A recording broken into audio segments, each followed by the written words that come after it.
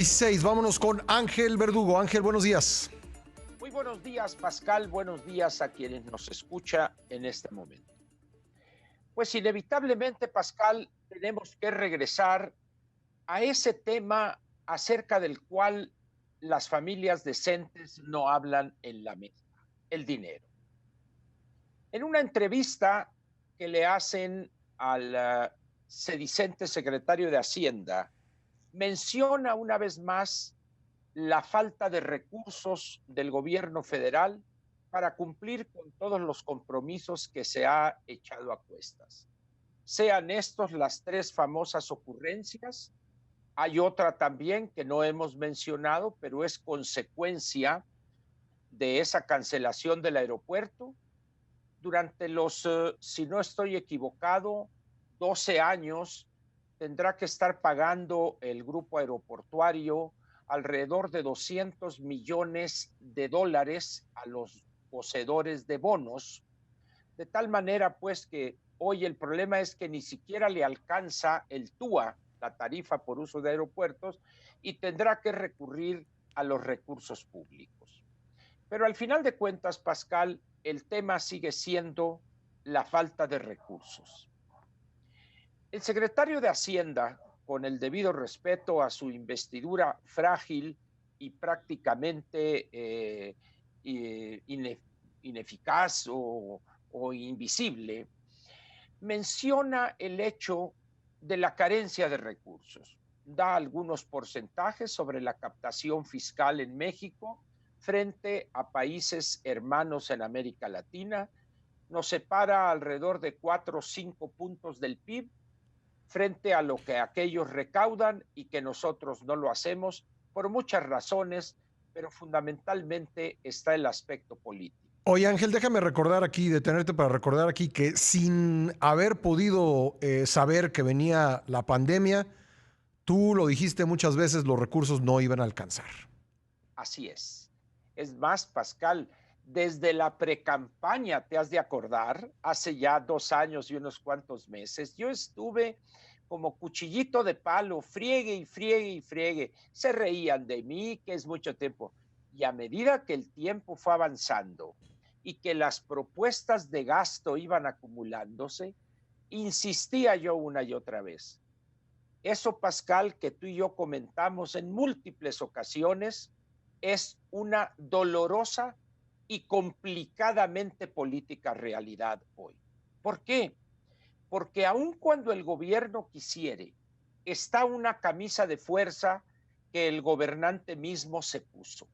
No aumentaremos las tasas impositivas de los impuestos vigentes, no crearemos nuevos impuestos y no contrataremos deuda. ¿Qué tenemos? La deuda ha aumentado, aun cuando por razones que tienen que ver más con la paridad que otra cosa, pero esa constricción que se puso a sí mismo este gobierno y el gobernante en relación con los impuestos, los vigentes y la posibilidad de algunos nuevos, ha hecho que en este momento, Pascal, la situación sea, por decirlo de alguna manera, crítica.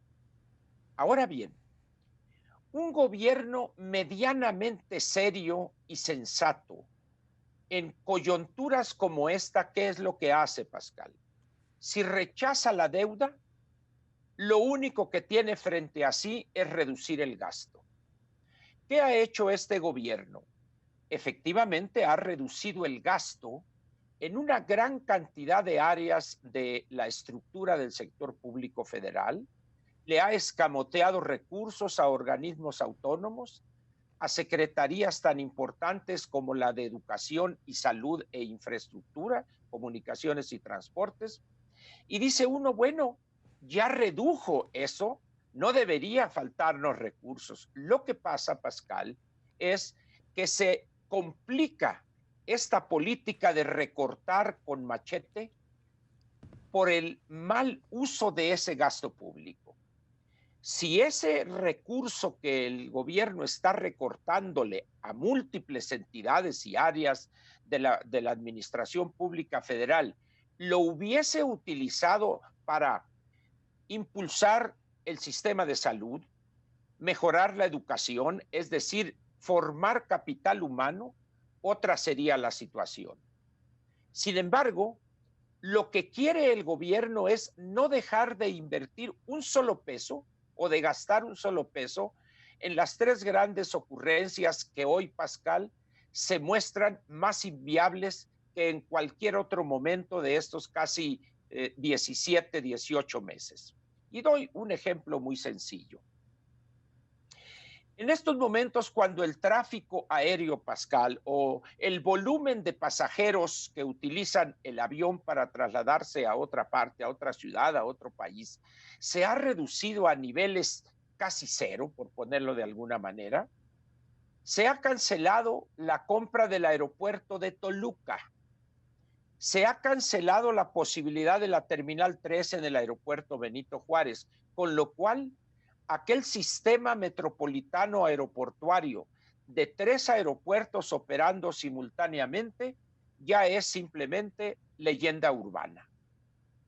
Aun cuando el aeropuerto Benito Juárez podría sin problema alguno enfrentar la demanda en los próximos 3 o 4 años, el gobierno le sigue metiendo de manera acelerada a ese hoyo negro que es el aeropuerto General Felipe Ángeles en Santa Lucía. El Tren Maya, Pascal, hoy es claro para quien quiera rascarle tantito que no hay en el mundo un solo ferrocarril carga pasajeros que sea rentable. Obligadamente el gobierno de ese país tiene que subsidiar por razones en un determinado momento que justifican, reducir la contaminación, reducir el número de vehículos circulando en las ciudades, etcétera, etcétera, o en las carreteras.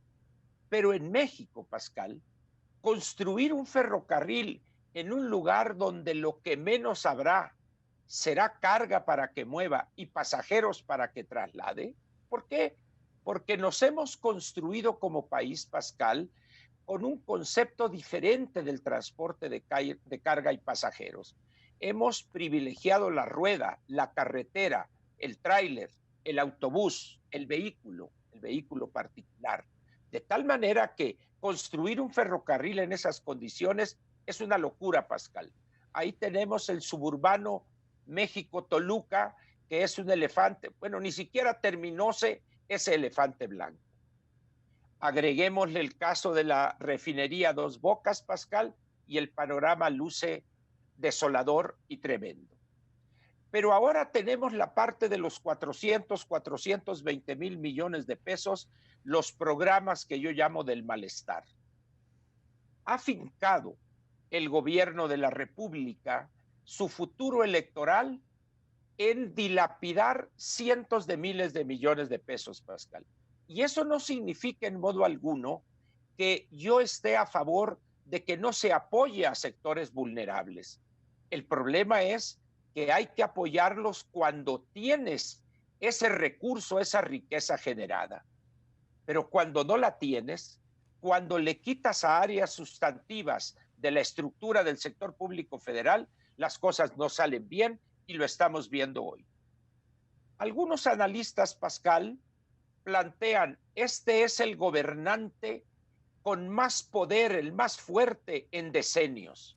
Y yo les diría, ¿de dónde sacan ustedes esa fuerza cuando hace una gira por el sureste y luego otra en 5 estados, Veracruz, Puebla, Tlaxcala, Hidalgo y Morelos, faltando Morelos mañana, hoy está en el estado de Hidalgo?